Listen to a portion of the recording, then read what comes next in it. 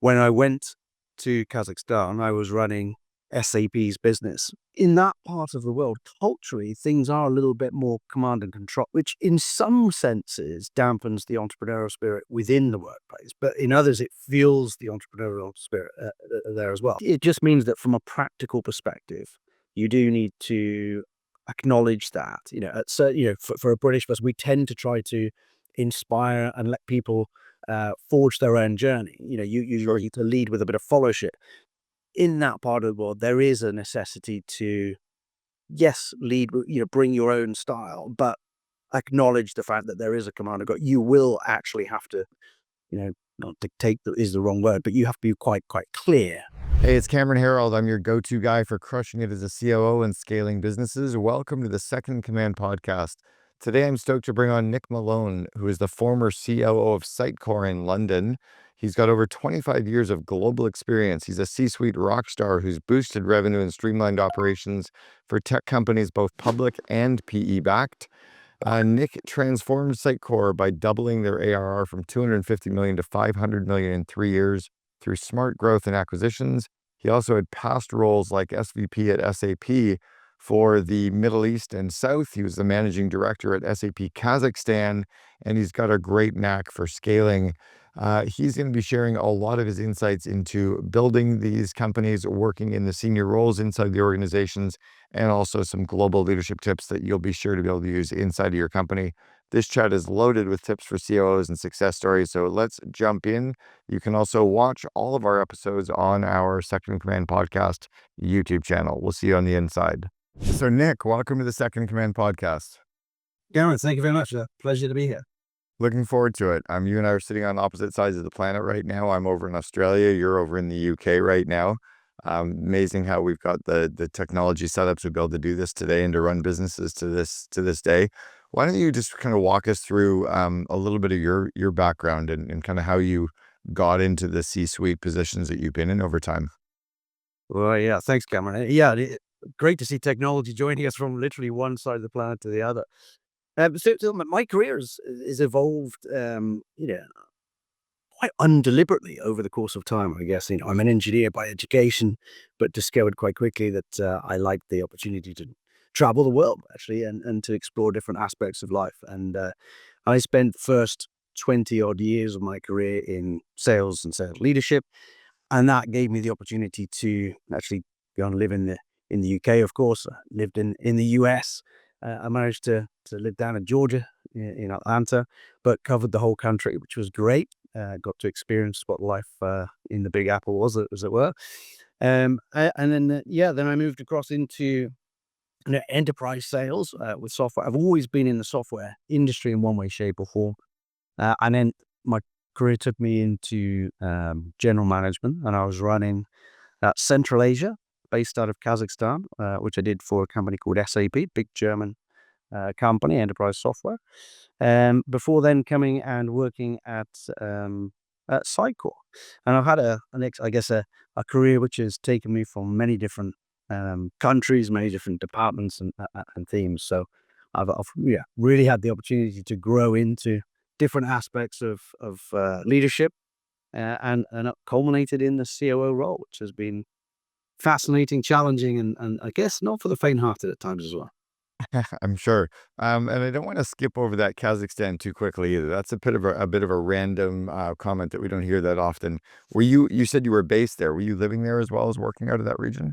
Yeah, I'm very fortunate. I got a very courageous wife. We had a couple of very young kids at the time. And we went over and lived in Kazakhstan out of Almaty, which is a wonderful experience for a family to live and operate in a culture that's very different, I guess, from what we were used to here in the UK. To give you a sense of the climate, it was sort of plus 40-ish in the summer, minus 40 in the winter. Almaty sits on an earthquake fault line in a bowl surrounded by mountains. It's one of the great things where you can get from your office desk to the top of the mountain, skis pointing down the slopes within an hour, Cameron. It was there were some perks to that thing, but it's a long way from anywhere. It's a 7-hour flight from London, 4.5 hours to Dubai. from a cultural perspective, definitely got a different perspective. You got a very Russian centric um, you know, way of doing business.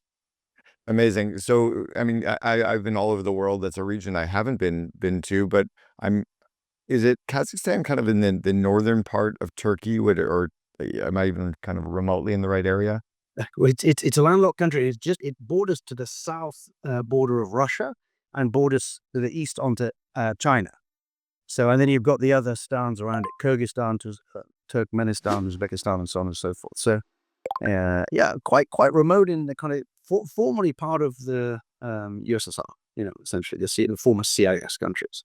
Yeah, the only area I've even like I kind of been to some of them, but it's the I guess the ones that are further west. I was up in Estonia last summer. What was it like working out of that region? What do you think some of the lessons are that you pulled from that region that you would maybe carry with you today? Well, I mean, if you look at the economy, firstly, I had the opportunity to do a little bit of research before I get there. And quite often people say to me, "My goodness, you must have a real appetite for risk to go and live in a place that is that far from anywhere and that different culturally from everything else." And my answer to it is it's a insight adjusted risk. So number one, of course, because I was going there with my wife and kids, I needed to know that it was safe. It's very much a safe place. Um, uh, Medical facilities are not ideal. You don't want to be in a serious situation, but as long as that doesn't occur, you're in good shape.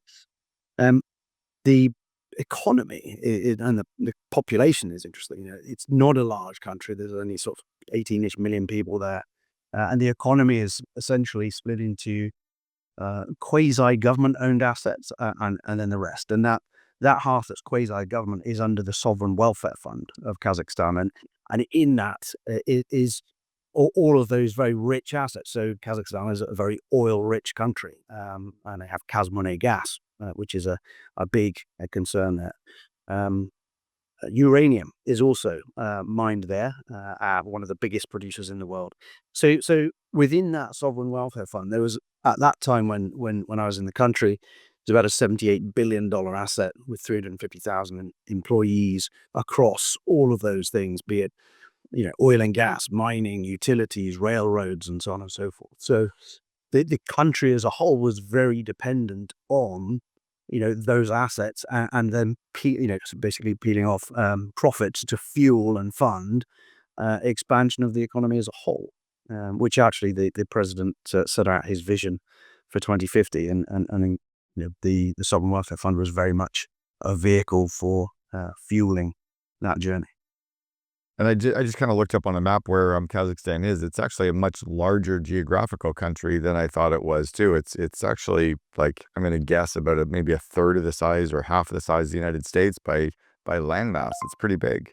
It's huge. I mean, I think it's the seventh largest country by landmass in the world. I can tell you that in the 7 hours you fly to get back from Almaty to London, the vast majority of the flight you're still over Kazakhstan. It's extraordinary. Yeah, Crazy. and Now, and the sovereign wealth fund was actually financing the business that you were a CIO of there, correct? well, actually, I went to Kazakhstan to run SAP's business in Central Asia. All right, so and when I went there, we were a smallish business. We were, single digit millions, probably about 20 people across the whole organization, from finance and sales and pre-sales and so on and so forth. And we grew that materially. We were, 5x that when I stepped out of that role 3 years later. But I stepped out to join the Sovereign Welfare Fund, and that came about because, as I mentioned, Nazarbayev, who was the president there, had been there for quite a long time, had a vision for the country, and there was an opportunity to. I had an opportunity to present to the board of the Sovereign Welfare Fund how technology could enable that growth journey, and fuel not only the efficiency of the fund, through using technology to run all of their businesses, but also that would be a mechanism to establish and scale the IT industry in Kazakhstan to service all of those businesses, but also establish the IT business to then service the surrounding countries in the following years. And that essentially was the narrative that we put in place to articulate how technology could be an enabler of the vision that the president had outlined. And subsequently, then that led me to taking on the role as an operating partner at the Sovereign Welfare Fund itself to drive that national digital transformation strategy, which was, an incredible opportunity and a wonderful experience. What was that like, kind of moving from SAP and then working into that kind of quasi-government, entrepreneurial kind of style fund too? Well, yeah, extraordinary. I mean, there are some practical challenges in that kind of scenario. So, you know, I'm an English speaker. I'm a typical British English speaker, which means I'm not a linguist. I've not mastered many languages. So consequently, I was working with a full-time synchronous translator in my role at Samrock. But what it does do, it makes you understand the importance of identifying and bringing on board talent. So my role essentially was to clearly articulate the strategy of how we were going to drive this digital transformation, and then to bring in some real skilled talent to do that. I established a role called Chief Business Transformation Officer, a gentleman that I'd actually worked with, who was a customer of mine actually, when I was running SAP in the region. He was driving a transformation project for one of our customers. A very articulate, very highly energetic and skilled individual that we brought into the business, and then we set up a core transformation team that we then allowed us to sort of scale across and work with all the companies. And the theory was, you know, each and every one of the national companies, if we asked them to go on a digital transformation journey and we'd led that through their boards, they'd have all gone to reinvent the wheel. So what we did by establishing a core transformation team was to give them the methodologies, the principles. We created it once. We made life easy for them. We then educated them on, the why, the what, and the how, gave them all the tools and then the support to go on that journey. And that proved to be, quite impactful. Curious about the recruiting over there. Was it all expats that you were recruiting and hiring? Was it locals? Did you have any kind of a mandate to hire locally as well? Yeah, local was the key driver. I mean, there was a clear understanding that foreign expertise was going to be needed, but it needed to be needed. It needed to be brought in a way that was building the foundation for a sustainable impact into the mid and long term. So, typical process is you recruit people in, they parachute in from London, USA, wherever, or even from Moscow. They come in, they do the work, and they leave. That's not building the foundations that would enable the vision the president had put in place, and it wouldn't have built something that was a scaling, sustainable IT industry in the country. So we took an approach that said, yes, we are going to use some foreign expertise as and when required. We will get those through the big, large service providers, but we will surround that with a mandate that we will then be bringing on the what we call local content was the term used for bringing on local people with the right skills. I mean, the education system there is pretty impressive actually, and has seen a lot of investment, a lot of talented people. So just bringing the yin and the yang, and we don't need to reinvent the wheel. There is technology available. Adopt it and use it in practice rather than trying to reinvent stuff from scratch. And I'm curious, culturally, what did you learn? I think the world is pretty flat right now, where most companies are starting to deal with people globally, but often the smaller to mid-sized companies, work with people within their own city and country. They don't really get that opportunity to maybe they're listening to or being exposed to people globally, but certainly not working with day to day. Do you think there were any lessons culturally that you picked up from working with people in Kazakhstan that you carry with you to your career today? Or did you have to adapt your style in any way to work in that region differently? I definitely had to do a little bit of adapting style. There are certain principles that are non-negotiable. So when I went to Kazakhstan, I was running SAP's business. Right? SAP is a publicly traded company, the largest in software company in Europe. There are certain ways you run a business very transparently as a publicly traded company, and they're non-negotiable. right? So there are certain things that you bring to an organization which you have to be absolutely crystal clear on. At the same time, from a cultural perspective, and this was very evident when I joined the fund, in that part of the world, culturally, things are a little bit more command and control, um, Mm. which in some senses dampens the entrepreneurial spirit within the workplace, but in others, it fuels the entrepreneurial spirit there as well. So, you know, it just means that from a practical perspective, you do need to acknowledge that, for a British person, we tend to try to inspire and let people forge their own journey. You Sure. need to lead with a bit of followership. In that part of the world, there is a necessity to, yes, lead, bring your own style, but acknowledge the fact that there is a command of God. You will actually have to, not dictate is the wrong word, but you have to be quite clear and explicit on what's going to be done by when. Things are very procedural.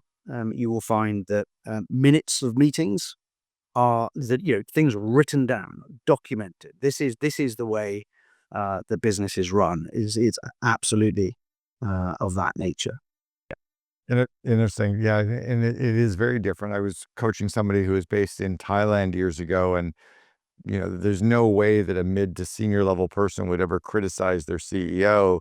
And then you go to a North American, especially an American company, and lower level reports, they march right into the CEO's office. So I mean, you do have to be kind of cognizant of the social differences and the lay of the land there. But it's interesting to hear you even use the term command and control. It seems like something back from the 70s, but it kind of makes sense that that's how it is too. I know it's very similar to what how business operates in the UAE and Saudi Arabia currently is very much that kind of style. Yeah, but the country as a whole is evolving, from that very sort of Soviet mentality into being a little bit, bringing in some Western style. But again, change is something that has to be managed in a with sort of fast and slow, as and when is needed and viable, really. But from a personal development perspective, it was very enriching. And actually, my wife and kids also had, the opportunity to spend quite a lot of time there. It is always tougher for the spouse. I have to say, it's whilst for those of us that go, we're there in the work environment. Um, but yeah, it can be quite tough in that kind of climate with two young kids. But we've got some fond memories. I'd actually like to ask you a question about that because, quite often mid-sized companies are bringing in senior people to other cities to work in their companies. You hire somebody from Boston and they move to Vancouver, Canada, or you hire someone in Dubai and they move to London. What is it like, and how do you help the family to integrate? And is that part of the company, or do you leave it up to the individual you're hiring to help have them figure it out for the spouse and kids? Mm. Well, that's a great question. You know, SAP is a phenomenal company in many, many ways. We were the guinea pigs in terms of a transition to Kazakhstan, and that was one area that they could have done a lot better with. We had quite a few challenges in the administrative process of getting there, but there was little to no in country onboarding. Um, and I think that's pretty important. So one of the benefits of working in a geography like that is that the expat community is relatively small. Right. And in that geography, I mentioned before that it's quite dependent on oil and gas to drive the economy. And what that means is they partnered with some of the big oil and gas majors around the world, and many of the US, and that is, of course, a very expat-driven thing. So when those companies come in, they come in with a very strong health and safety. They're very proceduralized, and that onboarding is phenomenal. So we met a lot of our expat friends who were going through that experience. So I've seen what great looks like, and I've seen and experienced what challenging is. To any company that would be looking to bring people on board in a different geography, I think investing a little bit of time and effort to make that as smooth and painless as possible would be fantastic. And it helps both the individual who's working, but also the family, embed themselves more quickly, get up to speed. You take the stress out of it all. Um, Well, pretty Yeah, much. and if a company doesn't do a good job at helping to integrate the family, the spouse, and the kids, you're going to be losing the executive that you're bringing in because that spouse at some point is going to say, "Fuck this! It's not worth the hassle. We're heading back to London," and then all of a sudden the company's out an employee. But I don't often hear companies think about that or talk about it. I've often looked to try to make sure that the employee has a couple of really good friends inside the company early. You try to make sure that Mm. they get to meet people and know and like people. But then, as you mentioned, the spouse is kind of often up on their own, fighting for themselves. Yeah, I mean, like all these places, there's an expat community. The idea is you tap into it as quickly as possible. You become, and we've got some great friends that we made there in that part of the world. So yeah, there's a lot of positives that came out of it as well, Cameron. But yeah, not for the faint-hearted. And as I said, a lot of courage from the dependents. Yeah. Well, I'm going to add that one to my list too, because that's a region of the world I haven't been to yet. And as I mentioned, that my wife and I are nomads and traveling, I got to put the stands up on the list because I know there's some beauty over in that area. And as you mentioned, the skiing too, I want to go check some of that out. So you left there and you moved over to Sitecore, is that correct? Yeah, well, I stepped from that part of the world. I came back to the UK. I returned to SAP, and I was running the mid-market business for SAP across Southern Europe, Middle East, and Africa, which was a growth engine. Not the typical side of the market for SAP. I think it's typically used in large enterprise, which was great. It gave us an opportunity to be a little bit innovative and entrepreneurial within a big organization. We introduced things like inside sales, SDRs, a lot more digital motion, and we worked predominantly through partners. So that was my second chapter with SAP, and again, bigger business. Again, we tripled that, but it was a larger company, a larger part of the business overall. Uh, and then I moved to Sitecore to take in that COO role. And how many employees were at Sitecore when you joined them? 1,200. Okay, so you move from, SAP and the Sovereign Welfare Fund and go back into SAP, and then you're jumping into a COO role of a pretty good sized company. 1,200 people is I mean it's not as big as SAP was, but it's an enterprise level company. I can't imagine that all 1,199 other people that were there when you joined were happy because a few of them wanted the job and didn't get it. Um, so can you speak to what it was like to come into a company in that COO role, and how do you navigate those early days of getting to know people and getting to them to know, like, and trust you? Can you speak to that? Yeah, well, I mean, firstly, the company been around for about 20 years and done a great job. It sort of almost invented the category of content management back in the day up in the Nordics, and that company had evolved. And we were at an exciting inflection point in the context that it was a growth agenda. It was a bit of a buy and build. We were looking to go essentially to take a product offering into from an on-premise through to a SaaS offering, and we had this vision that we wanted to build what's called a composable digital experience platform. And to do that, we needed to acquire some companies with some really modern technology to complement what the company had done. And then we wanted to grow. So it was a nice infusion, Cameron. One of the things that we knew was we're going to have to transform the business because an on-prem business going to SaaS, it's very different. As you know, it affects everything. The processes, the way you engineer your products, the frequency with which you release into the market, how that affects the way you look after your customers, the way you sell, everything changes. But of course, we also acquired some companies, and the companies we acquired were born in the cloud. So not only did we have the benefit of acquiring some really quite great technology to complement our portfolio, but of course we had the people, the talented people that came with that, and they have a slightly different mindset. They're using different technology. They work at a different with a different methodology, different pace. So by bringing those acquisitions into the business and integrating them deeply, sort of across all functions, allowed us to manage and evolve the change that was needed in our organization to go on that journey to becoming a true SaaS organization. And I guess the numbers speak for themselves. We made basically half a dozen acquisitions in the first 6 months of 2021.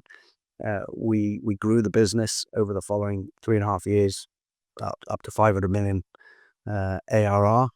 We expanded the profitability. We entered some new markets. We really leaned in heavy on our partner go-to-market.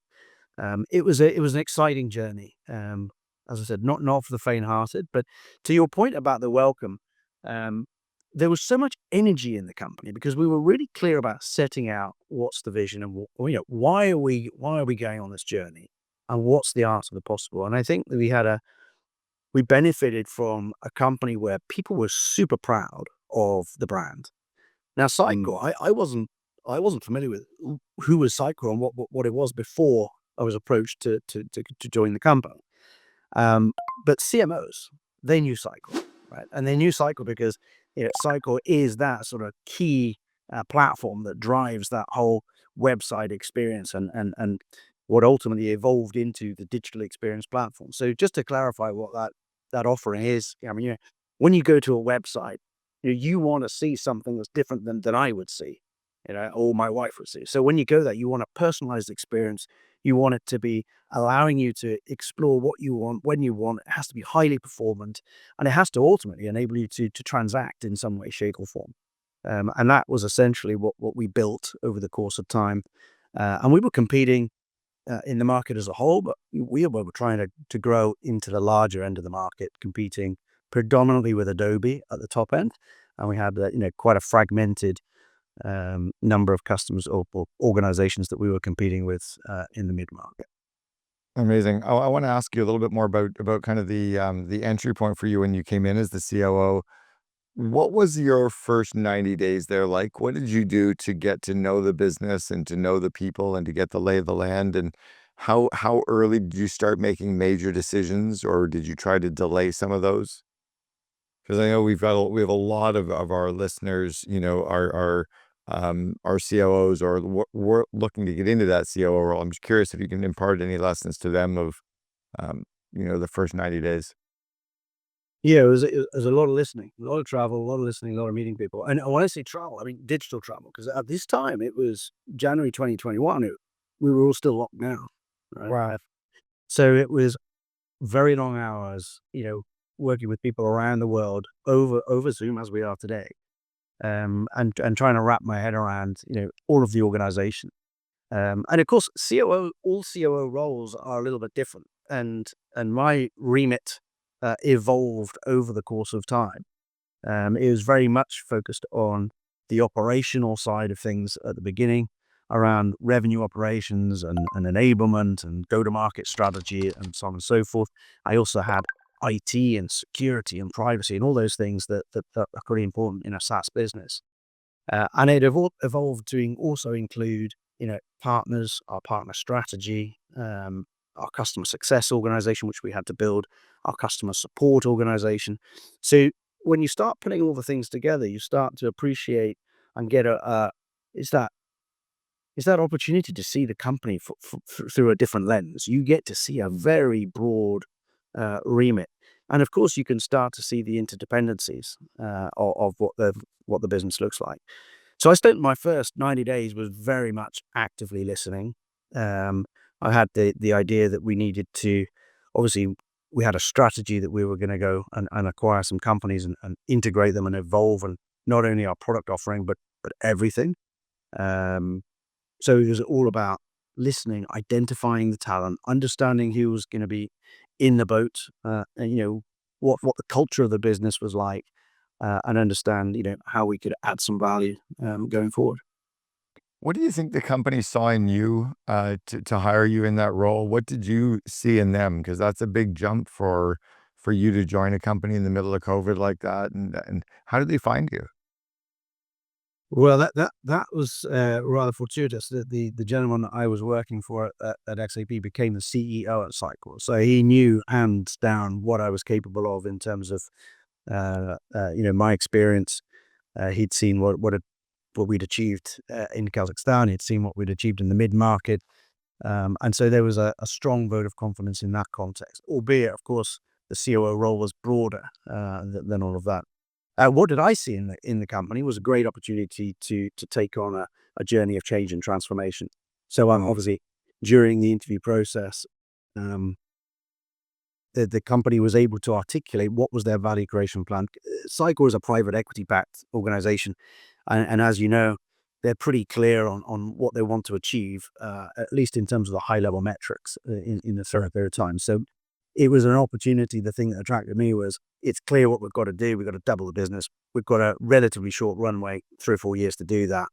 We're going to do some acquisitions, but it was going to be predominantly the execution of our transformation that was going to get us to meeting our goals. So similarly to taking on the role in Kazakhstan, that little bit of insight gave me the opportunity to realize, yeah, this is a little bit risky. It's a little bit different than what I've done before, but my goodness, it's going to be an exciting journey, and it's going to be a lot of fun on the way.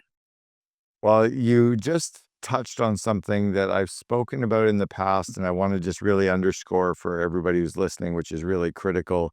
The more senior a person truly is, one of the things that they bring to the table is often other employees that they've worked with in the past, other partners, other suppliers. When an employee tends to be junior, they don't really have that network to draw on. So, Mm. a true COO coming into a company usually brings people and partnerships in just like that CEO did. So it makes a lot of sense that that's why you followed him and that's a sign of great people is you tend to bring people with you, right? So, how did you prevent yourself from getting sucked into the weeds at Sitecore? I know you had so many different areas, and I want to talk about some of the lessons from acquisitions, but just briefly, how did you prevent yourself from getting sucked into all the different meetings and business areas and decisions when, those 1,200 people could have monopolized your inbox and your calendar? Well, yeah, it comes back to that old adage. It's all about talented people, right?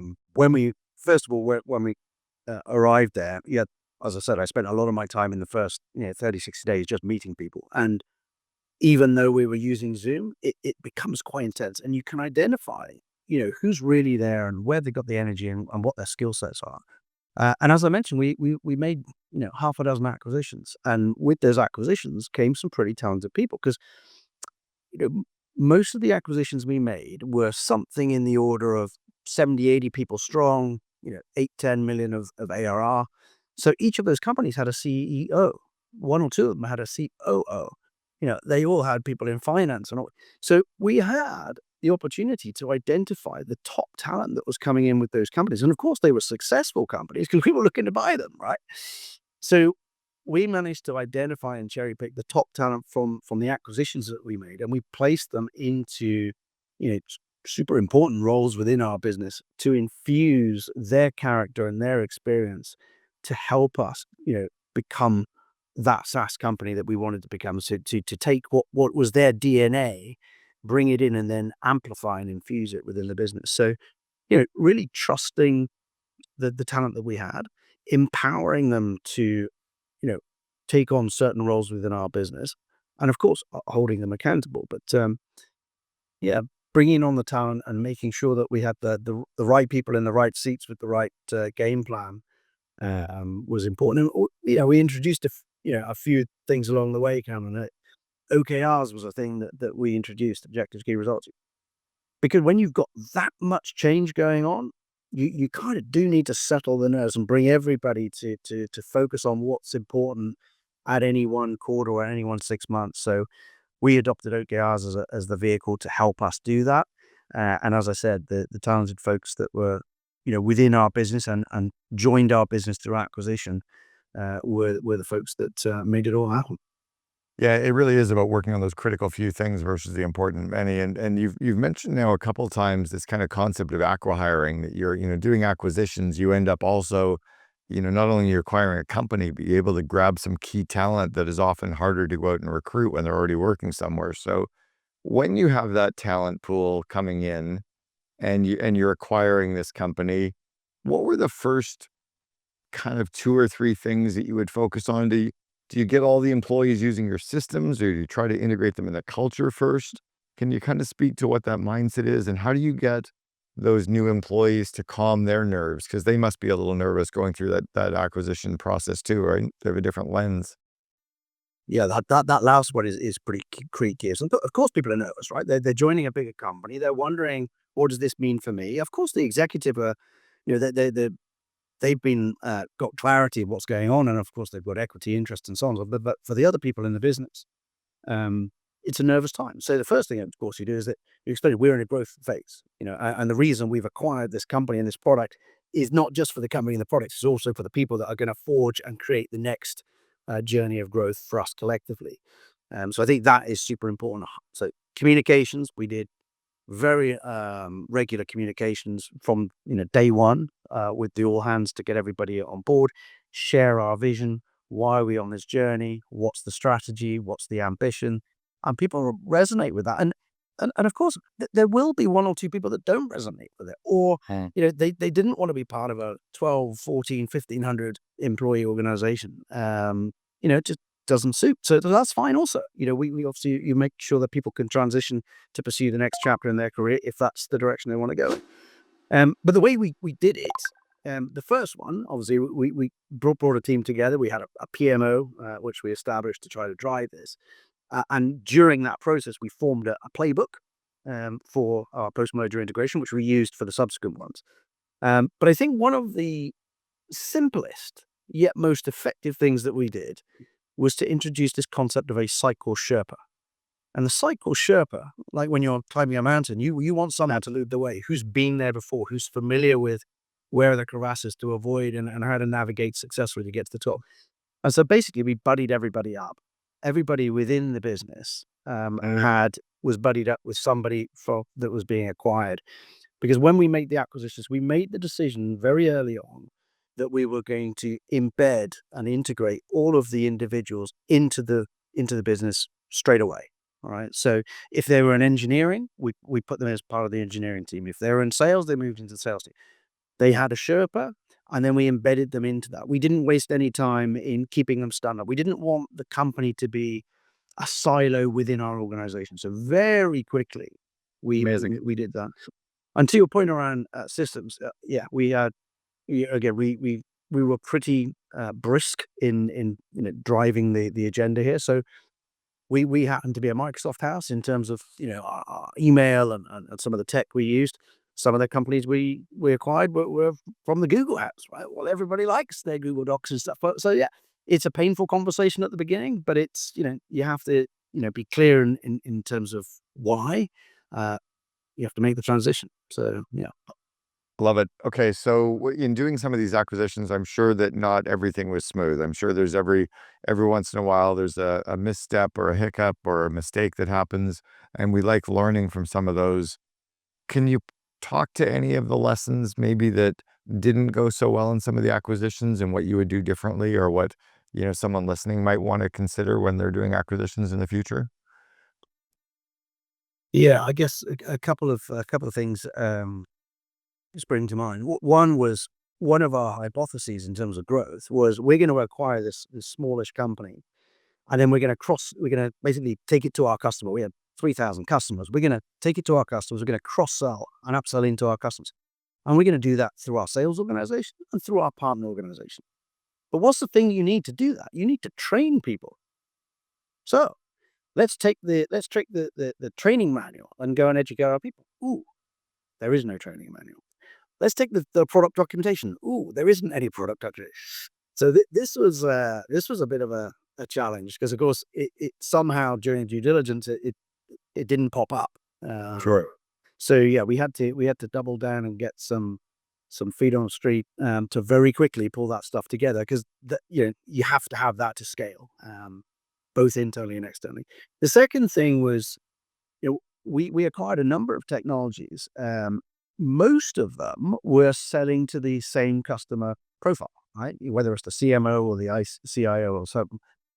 But one of them, which was on the commerce side, the buying center is a bit different.